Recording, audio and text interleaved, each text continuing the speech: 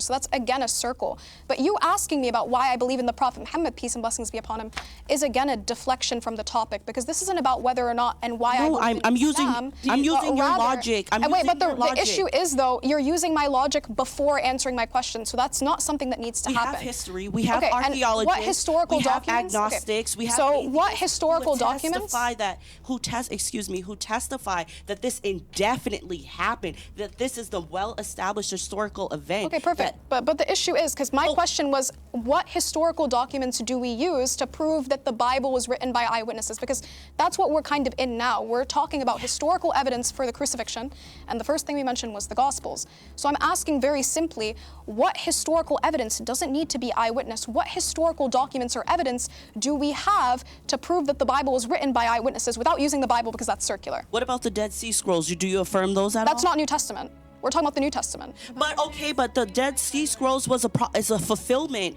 Isaiah 53 it says that he would be pierced by our transgressions, that he would be led like a lamb to the slaughter. Yeah, that he would and that's echoed in Jeremiah. That's also echoed in Jeremiah, and that's attributed to Jeremiah. So my issue is with this, that's also kind of deflection from the writing aspect, from who authored it. You mentioning the Dead Sea Scrolls is a deflection, because we're not talking about Old Testament, we're talking about New Testament.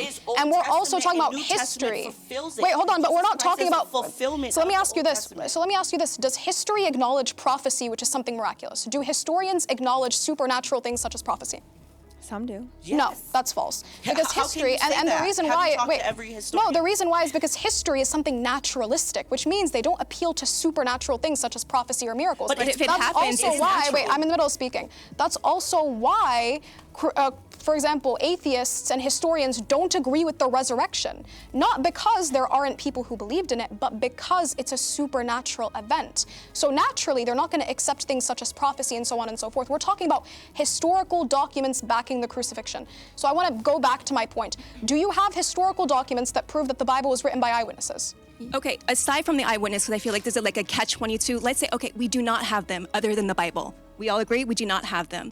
Okay, do you believe that your Quran... Wait, do you guys agree? Do you agree that we don't have any evidence other than the Bibles? Okay, so it seems like we don't... Based on my knowledge, I'm learning about this every day. Based on my knowledge, no, okay? From what I know. But do you believe that your Quran is a well-established historical event? Do you Beautiful, feel like... first off, the Quran isn't an event. But regardless, that's also a deflection from the top. So would you guys agree? Wait, hold on. That is a deflection. I'm making a point.